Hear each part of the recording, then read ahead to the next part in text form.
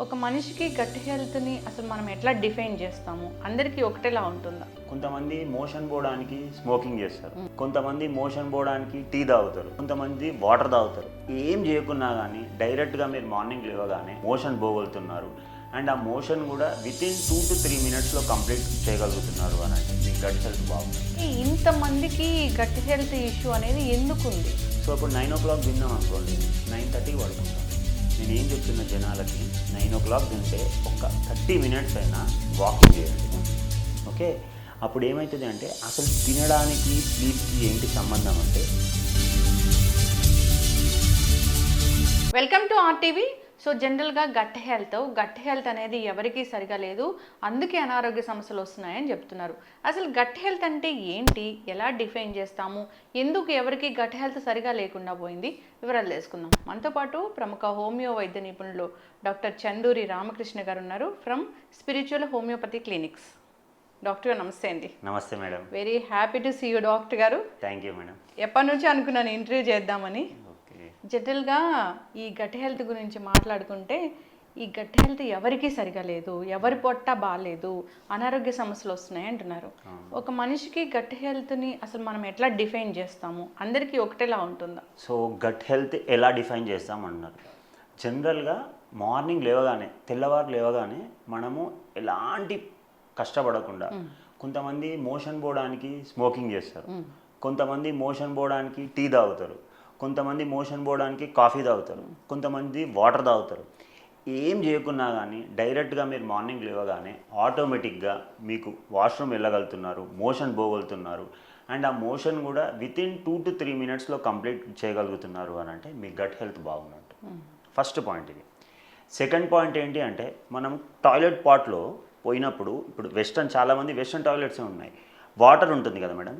Motion పోయాక flush చేసినప్పుడు మొత్తం మోషన్ అంతా కంప్లీట్గా వన్ టైంలో ఎవాక్యుయేట్ అయిపోవాలి. అలా కాకుండా నేను ఎన్నిసార్లు ఫ్లష్ చేసినా కానీ మోషన్ అక్కడే పేర్కొని పోయి ఉంటుంది అని అంటే దాని అర్థం ఏంటి అని అంటే మీరు మోషన్లో ఫ్యాట్ పోతుంది అని అర్థం. కొంతమంది ఎంత తిన్నా కానీ సన్నగానే ఉంటున్నారు అని అంటారు, చూసారా? అంటే ఏంటి అంటే వాళ్ళకి ఫ్యాట్ లాస్ అనేది ఎక్కువ ఉంటుంది. ఫ్యాట్ అంటే నథింగ్ బట్ ఒక ఆయిలీ సబ్స్టెన్స్. ఇప్పుడు నీళ్ళపైన ఆయిల్ పోతే ఏమవుతుంది? పేరుకుపోతుంది కదా, తేలిపోతుంది. సో అలాగా మనం ఎప్పుడైతే ఫ్యాట్ లాస్ ఉంటుందో స్టూల్లో, ఆ స్టూల్ కూడా వాటర్ పైన తేలిపోతుంటుంది. సో అది రెండో సంకేతం ఏంటి, మనకి గట్ హెల్త్ బాగాలేనట్టు.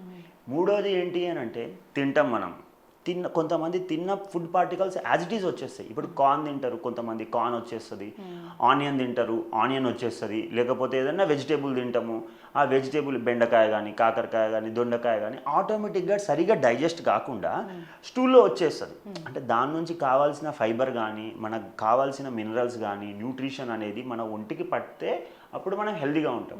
కానీ యాజ్ ఇట్ ఈజ్ వచ్చేసింది అంటే దాని అర్థం ఏంటి, డైజెషన్ అనేది సరిగా లేదు. మూడోది. నాలుగో పాయింట్ ఏంటి అంటే మోషన్ వెళ్ళినాక వాష్ చేసినప్పుడు చేతికి ఏదైనా గ్రీస్ లాగా అంటే స్టిక్కీగా మనకు అనిపిస్తుంది అని అంటే అది కూడా ఒక బ్యాడ్ సైన్.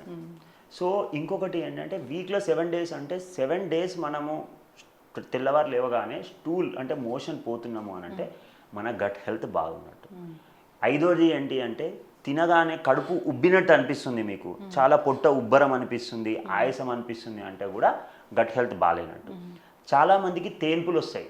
తేన్పులు అన్నట్టు ఐడియా ఉంది కదా మేడం? తేపులు వస్తాయి. ఆ తేపులు కూడా పుల్లని తేపులు వస్తాయి, కొంతమందికి చేదు తేపులు వస్తాయి, కొంతమందికి ఆయిలీ వస్తాయి. సో ఈ తేపులు ఎక్కువ రావడం ఎప్పుడో ఒకసారి అంటే ఓకే, ఎక్కువ తేపులు రావడం అనేది కూడా మీకు డైజెషన్ అనేది బాగాలేదు, గట్ హెల్త్ బాగాలేదు అని అర్థం. కొంతమందికి ఏంటి అంటే పిత్తులు ఎక్కువ వస్తాయి. సో పిత్తులు కూడా ఎక్కువ వస్తున్నాయి, అది చాలా దుర్వాసనతో కూడుకొని వస్తున్నాయి అని అంటే గట్ హెల్త్ బాగాలేనట్టు. సో ఇవన్నీ సంకేతాలు ఏంటి అని అంటే మీ గట్ హెల్త్ బాగాలేదు అని మనం నిర్ధారించుకోవచ్చు. మ్యాక్సిమము 90% ఆఫ్ ద పీపుల్లో ఈ లక్షణాలు ఎప్పుడో ఒకసారి చూస్తాము. కొందరు రెగ్యులర్గా వాళ్ళు సఫర్ అవుతూ ఉంటారు. మీ పాత వీడియోస్లో కూడా చాలా మంది కామెంట్స్ రాశారు, ఈ ప్రాబ్లం ఉంది, ఈ ప్రాబ్లం ఉంది. ఇప్పుడు మీరు చెప్పిన చాలా మటుకు ప్రాబ్లమ్స్ రాశారు. అంటే ఇంతమందికి గట్ హెల్త్ ఇష్యూ అనేది ఎందుకు ఉంది? ఇప్పుడు ప్రపంచం మొత్తట ఎంతోమంది డాక్టర్లు ప్రతి ఒక్కరు గట్ హెల్త్ ఇంపార్టెన్స్ గురించి చాలా ఎడ్యుకేట్ చేస్తున్నాం మనం. ఎందుకు?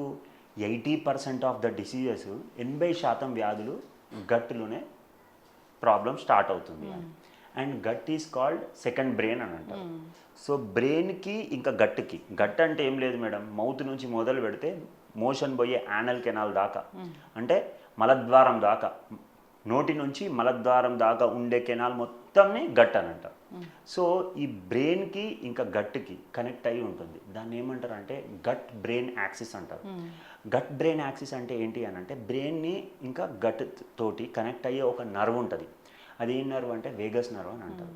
సో ఎప్పుడైతే మా హోమియోపతి సిద్ధాంతం కూడా ఏముంటుంది అని అంటే సింపుల్, ఏ వ్యాధి అయినా రావడానికి మూల కారణం ఏంటి అంటే, ఇప్పుడు షుగర్ ఎందుకు వస్తుందంటే ఏం చెప్తాం మేడం మనం, షుగర్ ఎందుకు లైఫ్ స్టైల్ డిజార్డర్ అది.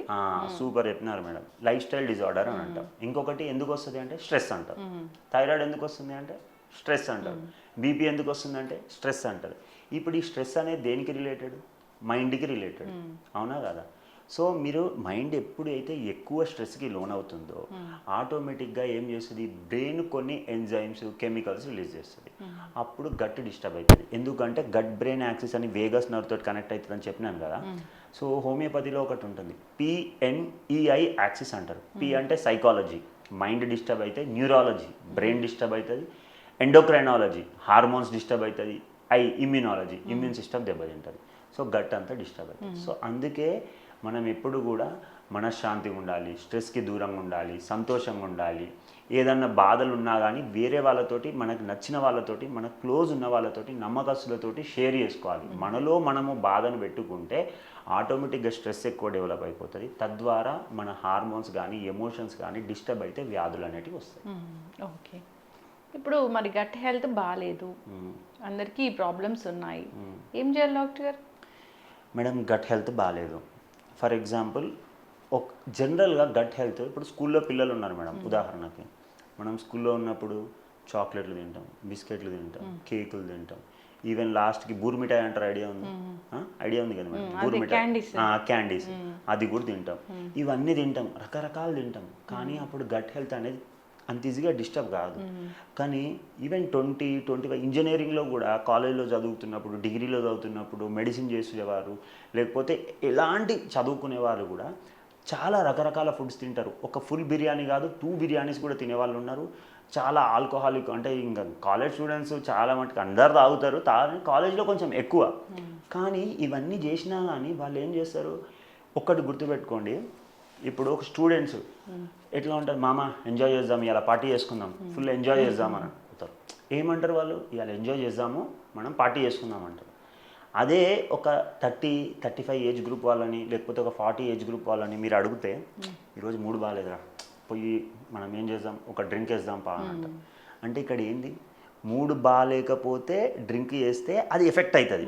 ఎందుకంటే మూడు బాగాలేదు అనడం స్ట్రెస్కి సంబంధించింది. దాంతోపాటు ఆల్కహాల్ తీసుకుంటే మీకు గట్ హెల్త్ డిస్టర్బ్ అవుతుంది. ఇక్కడ కాలేజ్ స్టూడెంట్స్ ఏమంటారు, మామ ఈరోజు ఎంజాయ్ చేద్దాం, ఈరోజు పోదాం, మంచిగా మందు తాగుదాం అని అంటారు. వాళ్ళది ఇక్కడ పాజిటివ్ ఎమోషన్, ఇక్కడేమో నెగటివ్ ఎమోషన్. అంటే ఇక్కడేమో సంతోషంతో చేద్దాం అనుకుంటున్నారు, ఇక్కడేమో ఉన్న స్ట్రెస్ని తీసుకొద్దాం, వదిలేద్దాం అని అనుకుంటున్నారు. ఇప్పుడు ఆల్రెడీ పుండు మీద కారం జల్లినట్టు అయిపోతుంది. మీరు ఆల్రెడీ స్ట్రెస్లో ఉన్నారు, ఆల్కహాల్ వేస్తే ఏమవుతుంది, it's like adding fuel to a fire. అది బ్రెయిన్ ఆల్రెడీ డ్యామేజ్ అయింది, ఇప్పుడు ఈ ఫిజికల్ బాడీ కూడా. సో నేను ఏమంటున్నా అంటే, ఇప్పుడు ఎందుకు వస్తుంది గట్ ప్రాబ్లమ్స్ అంటే, జనరల్గా గట్ ప్రాబ్లమ్స్ ఎప్పుడు స్టార్ట్ అవుతాయి, జనరల్గా యావరేజ్ ఏజ్ 25, 26, 30 తర్వాత. అంతకుముందు చాలా బిర్యానీలు తింటారు, అన్నీ తింటారు. కానీ ఒక ఏజ్ పెరిగినాక ఎందుకంటే స్ట్రెస్కి లోన్ అవుతారు. ఫ్యామిలీ ఉంటుంది, వైఫ్, పిల్లలు, స్కూల్ ఫీజులు, ఈఎంఐలు, తర్వాత జాబ్ టెన్షను, ఆఫీస్ టెన్షను, తర్వాత ప్రాపర్టీ టెన్షను, ఇలాంటివి. లేదంటే ఏదో ఆస్తుల గొడవలు ఉంటాయి, అన్నదమ్ముల గొడవలు ఉంటాయి, లేదా ఒక ప్రాపర్టీ తీసుకుంటారు, అదేదో హైడ్రాలో పోయిందని అంటారు, లేకపోతే ఇంకేదో తీసుకుంటారు, ఎవడో కబ్జా చేసిందని అంటాడు, లేకపోతే ఎక్కడైనా ఇన్వెస్ట్మెంట్ చేస్తారు, అది లాస్ అయిపోవడము, ఏదో ఫ్రెండ్కి ఇవ్వడము లాస్ అయిపోవడము, లేకపోతే వైఫ్ తోటి ఇబ్బందులు, లేకపోతే అత్తమామతోటి గొడవలు, లేకపోతే పార్ట్నర్షిప్ అని బిజినెస్లో గొడవలు. ఇలాంటి గొడవలు స్ట్రెస్లో ఉండడం వల్ల ఏమవుతుంది అని అంటే, ఆటోమేటిక్గా మీ స్ట్రెస్ ఫండమెంటల్ కాజ్ ఏంది, ముఖ్య కారణం, అన్నిటికంటే రూట్ కాజ్ స్ట్రెస్. అంటే మైండ్ డిస్టర్బ్ అయిపోతుంది, దానివల్ల బ్రెయిన్ డిస్టర్బ్ అయిపోతుంది, దానివల్ల వేగస్ నర్వ్ డిస్టర్బ్ అవుతుంది, దానివల్ల గట్ డిస్టర్బ్ అయిపోతుంది. సో ఇలాగా ఆటోమేటిక్గా అన్ని ప్రాబ్లమ్స్ వస్తాయి. అందుకే మనశ్శాంతిగా ఉండడము, హెల్త్ ఈజ్ వెల్త్ అని అంటారు. ఎవరైనా హెల్త్ ఈజ్ వెల్త్ అని అంటారు. ప్రశాంతంగా ఉండాలి, హ్యాపీనెస్ ఉండాలి, ధ్యానం చేయాలి. ఇప్పుడు బుద్ధుడు కూడా ఎక్కడైనా పెడితే ఇలా పీస్ఫుల్గా అనిపిస్తుంది అది. ఎందుకు పీస్కి సంకేతం అది.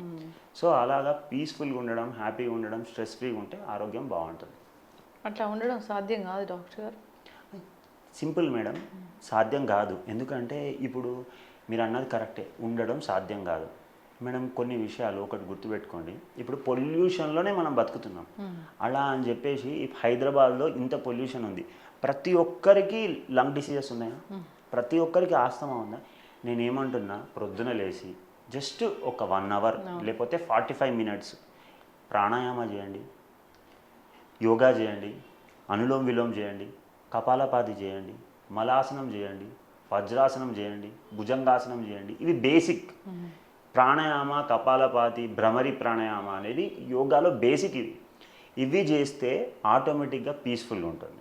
రెండోది, మంచి సినిమాకి వెళ్ళండి, ఫ్రెండ్స్ తోటి మంచి ఎంటర్టైన్మెంట్ జోక్, ఏదైనా కామెడీ మూవీ వెళ్ళి హాయిగా సరదాగా ఎంజాయ్ చేసిరండి. లేకపోతే మీ ఫ్రెండ్స్ కాకపోతే ఫ్యామిలీ, అన్నతోటో తమ్ముడితోటో ఎవరు నచ్చితే వాళ్ళతోటి, లేకపోతే మీకు మంచిగా ఇంట్లో కూర్చొని మీ పేరెంట్స్ తోటో లేకపోతే బ్రదర్స్ తోటో సిస్టర్తో క్యారమ్ ఆడండి, చెస్ ఆడండి, లేకపోతే ఏదైనా గేమ్స్ ఆడుకోండి, వాలీబాల్ ఆడుకోండి, ఫుట్బాల్ ఆడుకోండి, క్రికెట్ ఆడుకోండి. ఇంకా ఎంజాయ్ చేయాలి, అందరు కలిసి ఒక గుడికి వెళ్ళండి, అందరు కలిసి ఒక హోటల్కి వెళ్ళి మంచి తినండి, ఇంట్లో ఏదైనా మంచి ఫుడ్ చేసుకొని నచ్చిన ఫుడ్ తీసుకొని తినండి. లేకపోతే సరదాగా అట్లా మీకు ఒకవేళ పొలం ఉంటే పొలం దగ్గరికి వెళ్ళి ఎంజాయ్ చేసి రండి, టూర్కి వెళ్ళండి, ట్రావెలింగ్ చేయండి. అప్పుడు ఏమవుతుంది, సంతోషం అనేది, హ్యాపీ హార్మోన్స్ అనేటివి రిలీజ్ అవుతాయి. హ్యాపీ హార్మోన్స్ అంటే ఆక్సిటోసిన్ అని, ఎండార్ఫిన్స్ అని, డోపమైన్ అని, సెరోటోనిన్ అని, ఇలాంటి హ్యాపీ హార్మోన్స్ రిలీజ్ అవుతాయి. ఎప్పుడైతే హ్యాపీ హార్మోన్స్ రిలీజ్ అవుతాయో ఆటోమేటిక్గా స్ట్రెస్ అనేది మనం కొంచెం కంపెన్సేట్ చేయొచ్చు. ఓకే, సరే, ఇవన్నీ పాటిస్తున్నారు. ఇంకా చాలా మంది కూడా ఈ గట్ హెల్త్ బాగుందా లేదా అని టెస్ట్ కోసం కూడా వెళ్తూ ఉన్నారు డాక్టర్ గారు. ఇప్పుడు అంతేకాకుండా మన మోషన్ నుంచి కూడా గుడ్ బ్యాక్టీరియా తీసి దాన్ని మాత్రలాగా చేసి ఇస్తూ ఉన్నారు. అందరూ ప్రోబయోటిక్, ప్రీబయోటిక్స్ అని తీసుకుంటూ ఉన్నారు. ఎట్లా తీసుకున్నా కానీ అది అప్పటి వరకే, గట్ అనేది ఏ రోజు ఆ రోజు సరి చేసుకునే ఉంటుంది. అయితే దీనికోసం ట్రీట్మెంట్ అంటే ఏముంది? సో బేసిక్గా ప్రోబయాటిక్స్, ప్రీబయాటిక్స్ అన్నారు కదా మేడం. సింపుల్, ప్రో అని అంటే ఏంటి, ఇప్పుడు anything which is enhanced version, అంటే అప్గ్రేడెడ్ వర్షన్ని దేనైనా కానీ, ఇప్పుడు iPhone 17 ప్రో అంటారు. ప్రో అంటే అది కాస్ట్లీ, ఎందుకు అంటే దాంట్లో ఎక్కువ ఫీచర్స్ ఉంటాయి. సో ప్రోబయోటిక్స్, బయో అంటే ఏంటి, లైఫ్, అంటే ప్రోబయాటిక్స్ అంటే గుడ్ బ్యాక్టీరియా, ప్రీబయాటిక్స్ అంటే ప్రోబయాటిక్, ప్రీబయాటిక్ అంటే ఆల్రెడీ ఉన్న గుడ్ బ్యాక్టీరియాని పెంచుకోవడానికి మనం ప్రోబయాటిక్స్ వాడతాం. ప్రీబయాటిక్స్ ఏంటి అని అంటే లేని బ్యాక్టీరియాని తెచ్చుకోవడానికి ప్రీబయాటిక్స్ వాడతాం. సో ఇందులో ఏంటి అని అంటే బటర్ మిల్క్ తీసుకోవడము, ఇంకొకటి కర్డ్ తీసుకోవడము, ఇంకొకటి నిల్వ చేసిన పచ్చళ్ళు అంటారు కదా అవి తీసుకోవడము. దాంతోపాటు ఏంటి అని అంటే ఇప్పుడు మనం దోశ, ఇడ్లీ ఇవన్నీ ఏంటి, ఫర్మెంటెడ్ ఫుడ్స్, అవన్నీ ప్రోబయాటిక్స్ లాగా పనిచేస్తాయి. ఇంకొకటి ఏంటి అంటే బనానా తీసుకోవడము, అల్లం, వెల్లుల్లి, ఇవన్నీ ప్రీబయాటిక్స్ లాగా పనిచేస్తాయి. సో ఇవి తీసుకోవడం వల్ల ఏమవుతుంది అని అంటే మన శరీరంలో గట్లో దాదాపు 10 లక్షల రకాల బ్యాక్టీరియా ఉంటుంది. సో అందులో ఎప్పుడైతే బ్యాడ్ బ్యాక్టీరియా పెరిగి గుడ్ బ్యాక్టీరియా తగ్గిందనుకోండి, గట్ డిస్టర్బెన్స్ వస్తుంది. దాన్ని ఏమంటారు అంటే సైబో అంటారు, small intestine bacterial over growth. So అక్కడ ఎప్పుడైతే బ్యాడ్ బ్యాక్టీరియా పెరిగింది అనుకోండి గట్ డిస్టర్బ్ అవుతుంది, గుడ్ బ్యాక్టీరియా పెరిగింది అనుకోండి గట్ బాగుంటుంది. సో ఇవి తీసుకోవడం వల్ల మనకి ఏమవుతుంది అని అంటే గుడ్ బ్యాక్టీరియా అనేది పెరుగుతుంది. సో అప్పుడు ఏమవుతుంది అంటే డైజెషన్ బాగా అవుతుంది.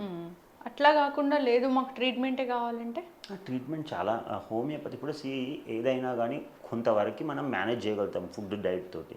సో మా దగ్గర హోమియోపతిలో ఏంటి అని అంటే చాలా, ఇప్పుడు గట్ డిసీజెస్ అనగానే గ్యాస్ట్రిక్ అల్సర్ అయినా, పెప్టిక్ అల్సర్ అయినా, డియోడినల్ అల్సర్ అయినా, అల్సరేటిక్ కొలైటిస్ అయినా, కాన్స్ డిసీజ్ అయినా, కొంతమందికి మోషన్లో రక్తం వస్తుంది, పైల్స్ ఉన్న వారికి రక్తం వస్తుంది, లేకపోతే ఫిజర్స్ ఉన్న వారికి రక్తం వస్తుంది, ఫిస్టులా ఉన్న వారికి రక్తంతో పాటు చీము, ఇంకొకటి మన మలద్వారంకి దానికి ప్యారలల్గా ఇంకొక చిన్న ఓపెనింగ్ అవుతుంది, దాంట్లోకి వెళ్ళి చీము రావడం అనేది చూస్తూ ఉంటాము.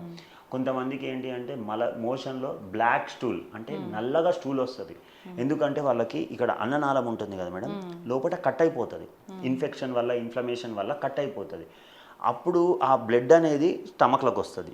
స్టమక్లో ఏమవుతుంది, స్టమక్లో యాసిడ్ ఉంటుంది HCl అని, బ్లడ్ యాసిడ్తో కలిసినప్పుడు ఆటోమేటిక్గా ఏమైపోతుంది, అది బ్లాక్ స్టూల్గా మారుతుంది.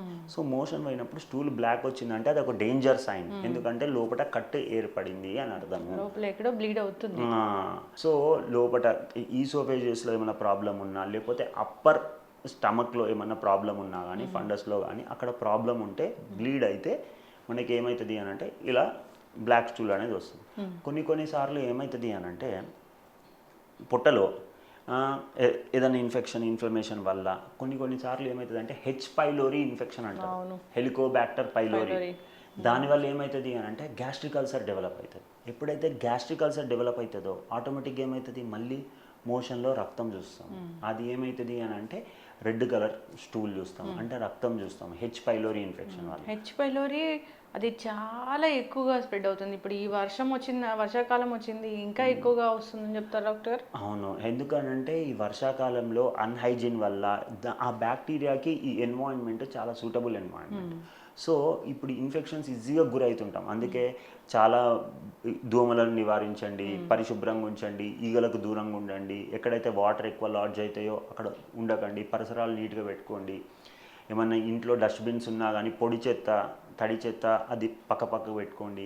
ఇంకొకటి మంచిగా దోమలకు దూరంగా ఉండండి. ఇవన్నీ మనం స్టెప్స్ ఎందుకు తీసుకుంటాం? సో ఇవన్నీ హెచ్ పై ఏంటంటే నీట్నెస్ ఉంటే ఇవన్నీ ఎన్హాన్స్ కావు, అంటే ఎక్కువ కావు. సో హెచ్ పైలోరీ ఇన్ఫెక్షన్ ఈ క్లైమేట్లో, ఈ వాతావరణంలో ఎక్కువ వచ్చే ఛాన్సెస్ ఉంటాయి. సో దానివల్ల ఏమవుతుంది, గ్యాస్ట్రిక్ అల్సర్ డెవలప్ అవుతుంది, డియోడినల్ అల్సర్ కూడా డెవలప్ అవుతుంది. తినగానే కడుపులో మంట వస్తుంది. లేకపోతే కొంతమందికి రాత్రిపూట, చాలామంది మీరు పేషెంట్స్ని చూస్తుంటారు, హాస్పిటల్కి రాత్రి ఛాతీలో నొప్పి వచ్చిందని పరిగెడతారు హార్ట్ అటాక్ అనుకొని. కానీ తీరా చూస్తే లేదు మీకు గ్యాస్ట్రిక్ ప్రాబ్లం ఉంది అని అంటారు. అంటే డియోడినల్ అల్సర్లో ఏమవుతుంది అంటే తినగానే ఒక 2 గంటల తర్వాత వీళ్ళకి హెచ్ పైలోరీ ఇన్ఫెక్షన్ ఉంటే ఆ గ్యాస్ట్రిక్ ప్రాబ్లం వల్ల ఆ గ్యాస్ పైకి నెట్టేసినట్టు ఇక్కడ తన్నేసినట్టు ఉంటుంది. సో వాళ్ళకి ఛాతిలో నొప్పి వచ్చినట్టు అనిపిస్తుంది, ఆయాసము, ఇబ్బంది, కడుపులో పొట్టలో అంతా ఏదో బిడ్డబెట్టినట్టు అనిపించడము, ఇవన్నీ ఎందులో ఉంటాయి అని అంటే హెచ్ పైలోరీ ఇన్ఫెక్షన్స్లో ఉంటాయి. ఇంకొకటి ఏంటి అంటే హెచ్ పైలోరీలో వీళ్ళకు ఇన్ఫెక్షన్ ఉండడం వల్ల తినడం కూడా, ఎందుకంటే తింటే కడుపులో మంటేస్తుంది. సో తినడానికి ఇంట్రెస్ట్ చూపించరు. ఫుడ్ చూసిన వాళ్ళకి ఏమైపోతుంది అంటే ఒక వామిటింగ్ సెన్సేషన్, ఒక నాసియా సెన్సేషన్, ఇవన్నీ వస్తాయి.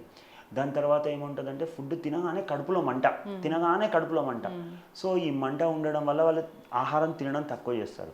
ఎప్పుడైతే ఆహారం తినడం తక్కువ చేస్తారో ఆటోమేటిక్గా వెయిట్ లాస్ అనేది చూస్తాం.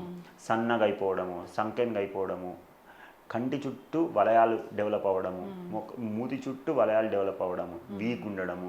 వీళ్ళకి టెస్టులు చేసినా కానీ కాల్షియం తక్కువ ఉంటుంది, ఐరన్ తక్కువ ఉంటుంది, B12 తక్కువ ఉంటుంది. మళ్ళీ B12 తక్కువ ఉంటే తిమ్మిర్లు రావడము, ఇవన్నీ రకరకాల ప్రాబ్లమ్స్ వస్తాయి.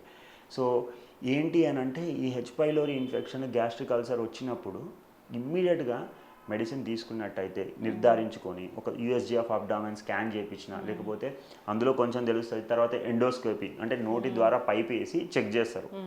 దానికి అక్కడ మెడిసిన్ కూడా అక్కడ ఇస్తారంట డాక్టర్ గారు. అంటే ఇప్పుడు మా హోమియోపతిలో ఎలా ఉంటుంది అని అంటే ఉదాహరణకి ఫర్ ఎగ్జాంపుల్ మేడం, ఒక పేషెంట్ A ఉన్నాడు, అతని నేమ్ A అనుకుందాం, ఇంకో పేషెంట్ నేమ్ B ఉన్నాడు. ఇద్దరికి హెచ్ పైలోరీ ఇన్ఫెక్షన్ ఉంది, ఇద్దరికి సేమ్ ప్రాబ్లం ఉంది, కానీ మందు మారిపోతుంది. ఎందుకు అని అంటే ఈ పేషెంట్ ఏమో చాలా హైట్ ఉంటాడు, కోపం ఎక్కువ, తర్వాత ఆవేశం ఎక్కువ, తర్వాత చెప్పిన మాట వినడు. సో ఇలాంటి మెంటాలిటీ. ఇంకొక పేషెంట్ ఉన్నాడు, హైట్ తక్కువ ఉంటాడు కానీ లావ్ ఎక్కువ ఉంటాడు, మృదు స్వభావి, సాఫ్ట్, లేకపోతే సెన్సిటివ్, ఎవరైనా ఏమైనా మాట అన్నా పడలేడు, భయము, ఇలాంటి లక్షణాలు ఉన్న పేషెంట్ ఉన్నాడు. సో మందు మారిపోతుంది. సో మనిషి యొక్క వ్యక్తిత్వాన్ని బట్టి, మనిషి యొక్క తత్వాన్ని బట్టి, మనిషి యొక్క ఆహార అలవాట్లు బట్టి, మనిషి యొక్క శారీరక తత్వాన్ని బట్టి, తర్వాత ఫ్యామిలీ హిస్టరీ అంటే అమ్మమ్మ, తాతయ్య, మేనమామ, మేనత్త, ఈ ఫ్యామిలీ హిస్టరీ అంతా తీసుకొని దాని తర్వాత ఆయనకి వేడి తట్టుకోలేడా, చలి తట్టుకోలేడా, ఇవన్నీ కన్సిడర్ చేసి, దాహం ఎక్కువ తీసుకుంటారా, దాహం తక్కువ ఉంటుందా, ఇవి కూడా కన్సిడర్ చేసి మెడిసిన్ ఇవ్వడం జరుగుతుంది. దీన్ని ఏమంటారంటే జెనెటిక్ కాన్స్టిట్యూషనల్ హోమియోపతి ట్రీట్మెంట్ అంటారు. తద్వారా ఏమవుతుందంటే రూట్ కాజ్ నుంచి, అంటే ఒక చెట్టు యొక్క మొదల నుంచి మనము క్యూర్ అనేది జరుగుతుంది. సో ఏమవుతుందంటే స్టెప్ బై స్టెప్ ఈ ప్రాబ్లం తోటి ఇంకా వేరే ఏమైనా కంప్లైంట్స్ ఉన్నా కానీ అవన్నీ అడ్రస్ చేయడం జరుగుతుంది. ఇక్కడ రూట్ కాజ్ని ట్రీట్ చేస్తారు కాబట్టి ఈ ప్రాబ్లం తగ్గిపోతుంది, వచ్చే ప్రాబ్లమ్స్ కూడా రాకుండా ఉంటాయి. ఎందుకంటే నెక్స్ట్ మళ్ళీ ఇది రిపీట్ అవ్వకుండా ఉంటుంది. వచ్చే ప్రాబ్లం మీరు 100% కరెక్ట్ మేడం. వచ్చే ప్రాబ్లం కూడా రాకుండా ఎందుకు ఉంటుంది అంటే ఎప్పుడైతే రూట్స్ స్ట్రాంగ్ అవుతాయో మన ఇమ్యూన్ సిస్టమ్ అనేది స్ట్రాంగ్ ఉంటుంది. ఎప్పుడైతే ఇమ్యూన్ సిస్టమ్ స్ట్రాంగ్ ఉంటుందో మన so called bacterial infections, viral infections ఇవన్నీ రాకుండా ఏమవుతుంది అంటే మనం స్ట్రెంగ్తన్ అవుతాం. సో ఏంటి అంటే ఒకసారి హోమియోపతి మెడిసిన్ తీసుకున్నాక మంచి డాక్టర్ దగ్గర మంచి రెమెడీ, మీకు సూటబుల్ రెమెడీ కనుక మీకు తగిలినట్టయితే మీకు రిజల్ట్స్ ఎక్స్ట్రాడినరీగా ఉంటాయి. హోమియోపతి టాబ్లెట్స్ అంటే అందరికీ ఒకటే షుగర్ గోళీలు ఇస్తారు చిన్న చిన్నవి అనేది ఉంటుంది డాక్టర్ గారు. ఏం చెప్తారండి దాని గురించి అసలు? Simple madam. మీరు ఒక షాపింగ్ మాల్కి వెళ్తారు. ఎగ్జాంపుల్ చెప్తున్నాను నేను. వైట్ షర్ట్ చూస్తాం మనం. వైట్ షర్ట్ చూస్తే ఒక షర్ట్ 1000 రూపాయలు ఉంటుంది, ఒకటి 2000 ఉంటుంది, ఒకటి 4000 ఉంటుంది, ఇంకొకటి 6000 కూడా ఉండొచ్చు. రకరకాల షర్ట్స్. అన్ని వైట్ షర్ట్స్ ఏమా? కాటన్ ఉంటుంది ఒకటి, పాలియస్టర్ ఒకటి ఉంటుంది, లినెన్ ఒకటి ఉంటుంది, లేకపోతే సిల్క్ ఉంటుంది, ఇంకొకటి కాటన్ ప్లస్ పాలియస్టర్, ఇట్లా రకరకాలు ఉంటాయి కదా. సో పిల్స్ చూడడానికి అన్నీ సేమే, దాంట్లో వేసే మెడిసిన్ మారిపోతుంది, మళ్ళీ డోస్ కూడా మారిపోతుంది. హోమియోపతిలో ఎన్నో 4000 నుంచి 5000 రకాల మెడిసిన్స్ ఉన్నాయి మేడం. సో చెట్ల నుంచి మందులు తయారు చేస్తారు, యానిమల్స్, చేపల నుంచి, స్నేక్స్ నుంచి, కాక్రోచ్ నుంచి, స్పైడర్స్ నుంచి, ఫిష్ నుంచి, ఇలా రకరకాల వాటితోటి కూడా మెడిసిన్ తయారు. సైడ్ ఎఫెక్ట్స్ లేనిది ఇది.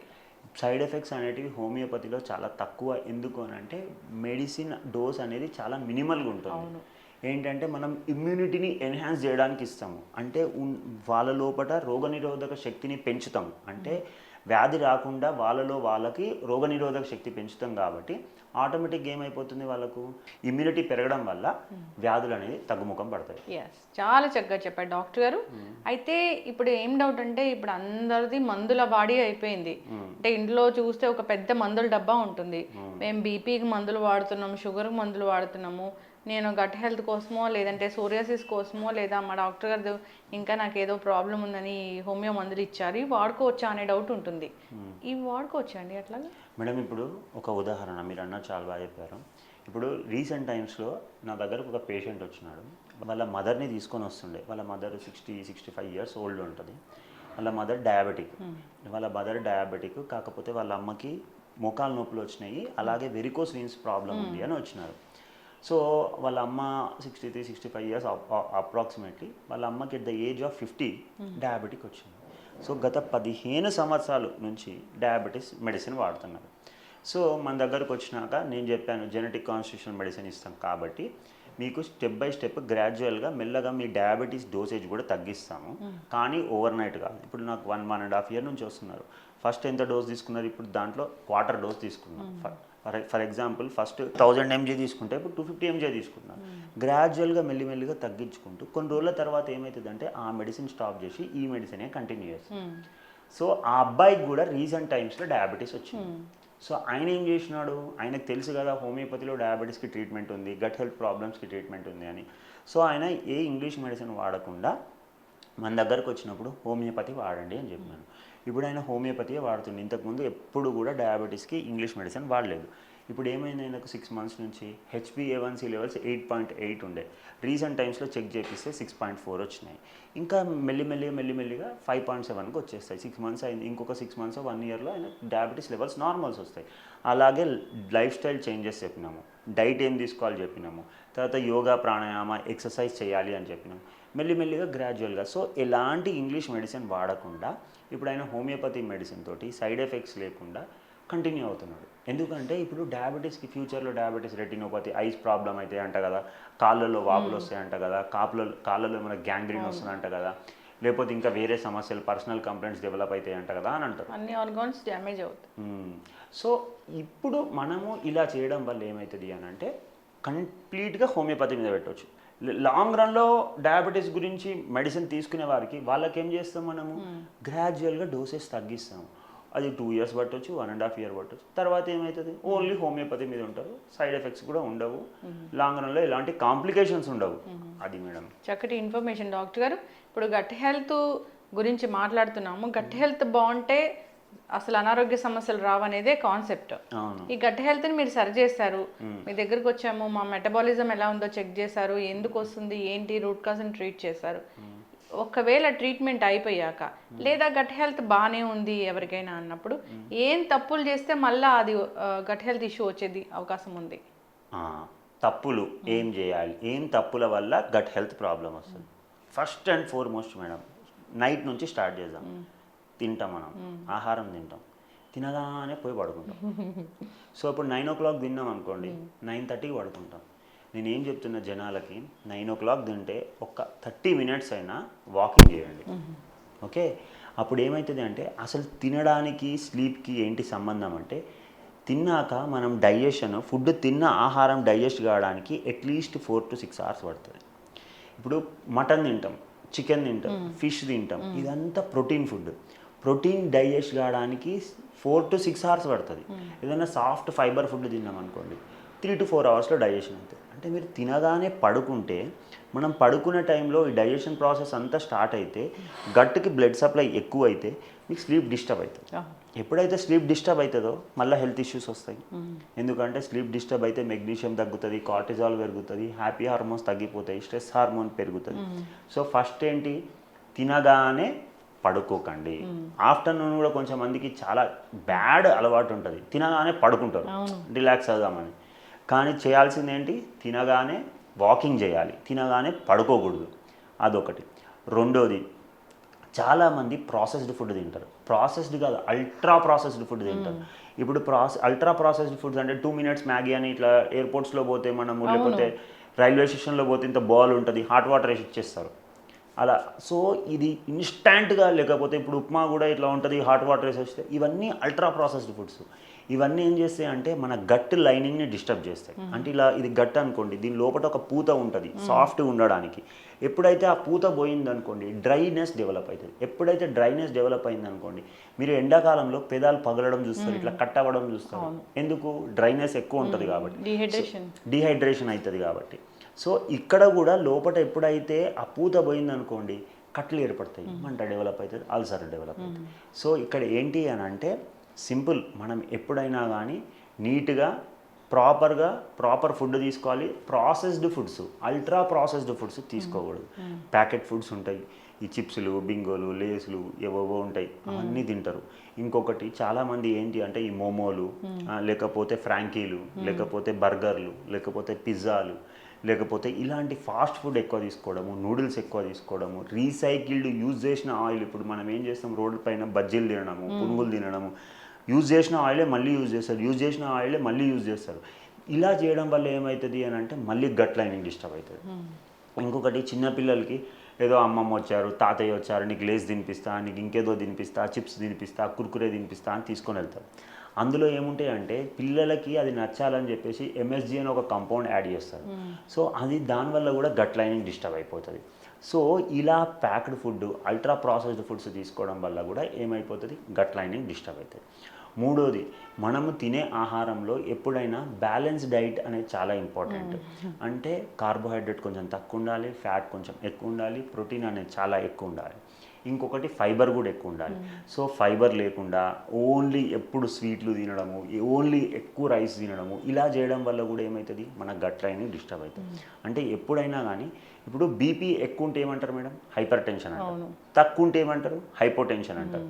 అదే నార్మల్గా ఉంటే నార్మల్ బీపీ అంటారు. సో అల్ట్రా ప్రాసెస్డ్ ఫుడ్స్ ఎక్కువ తీసుకోకుండా బ్యాలెన్స్డ్ డైట్, ఓన్లీ ప్రోటీన్ తింటా, నేను రోజుకి 6 eggs తినేస్తా, లేకపోతే ఇంకా చికెన్ తింటా, మటన్ తింటా అంటే కూడా కష్టమే. లేకపోతే ఓన్లీ స్వీట్స్ తింటా అంటే కూడా కష్టమే. అన్ని సమపాలనలో తినాలి. అప్పుడు ఏమవుతుంది అంటే గట్ హెల్తీగా ఉంటుంది. ఇది మళ్ళీ గట్ హెల్త్ ఇష్యూ రాకుండానే చూసుకోవాలి. బ్యాడ్ హ్యాబిట్స్, ఈటింగ్ హ్యాబిట్స్ అనేవి తగ్గించుకోవాలి. మీరు చెప్పినట్లు లైఫ్ స్టైల్ అనేది చాలా సెడెంటరీ అయిపోయింది కాబట్టి చేంజ్ చేసుకోవాల్సిందే. డాక్టర్లు చెప్పిన ఈ పద్ధతులన్నీ పాటించాలి. మనం హెల్తీగా ఉండాలంటే మన కోసం మనం టైం కేటాయించుకోవాలి. 100%. ఏదైనా హెల్త్ ఇష్యూ వస్తుంది లేదా ఇబ్బంది పడుతున్నారు, తెలియట్లేదు, ఈ ఏదో జబ్బు వచ్చింది అసలు తగ్గట్లేదు, కన్ఫ్యూజన్లో ఉన్నామంటే కూడా ఒకసారి కాంటాక్ట్ చేయాలని కోరుకున్నాను డాక్టర్ గారు. చాలా చక్కటి ఇన్ఫర్మేషన్ అండి.